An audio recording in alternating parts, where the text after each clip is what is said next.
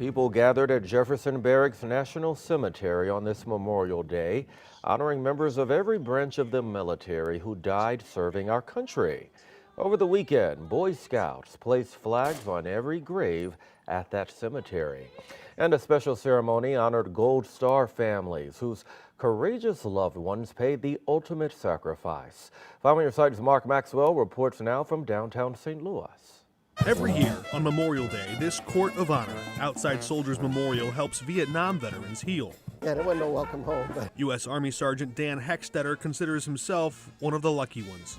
I lived in a hole in the ground for 9 months, dodging rockets and mortars. On days like this, those memories come rushing back.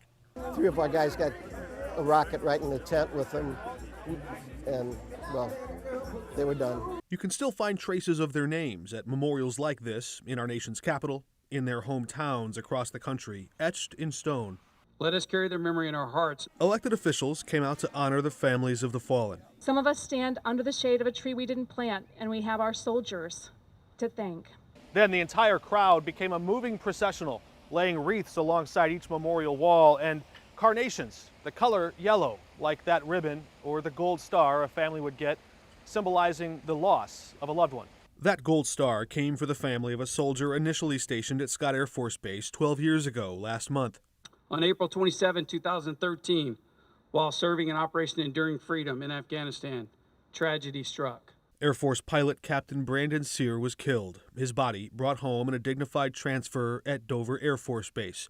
That's his dad there in the front row.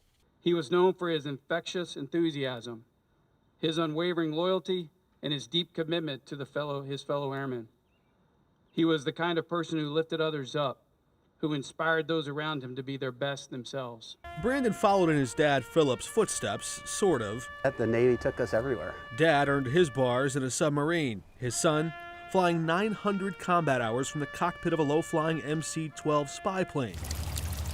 Standing by the reflecting pool, we learned those rival branches formed a special bond in this family tree. Brandon always picked on me. 12 years have come and gone since Brandon reached his final resting place.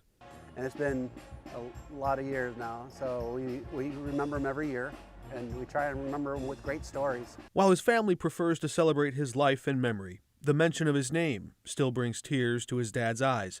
He and his wife now calling the St. Louis area home, in part because of their son's final gift to them. When he passed, he willed that house to her because, he wanted her to have it. Reporting downtown, in the heart of a grateful city, Mark Maxwell, 5 on Your Side. Thank you, Mark. The city of Florissant also hosting a Memorial Day observance at the Egan Center. This year's guest of honor, Lewis Tippett. He turned 100 years old today. He served in the Navy and in World War II. He says ceremonies like these remind us of the sacrifice so many have made. They sacrificed their life for us to be free, and I'm very proud to say that I did my part. Tippett says his secret to living a long life? Well, he quits eating when he's full and eats 9 rum-soaked raisins every day. Food for thought.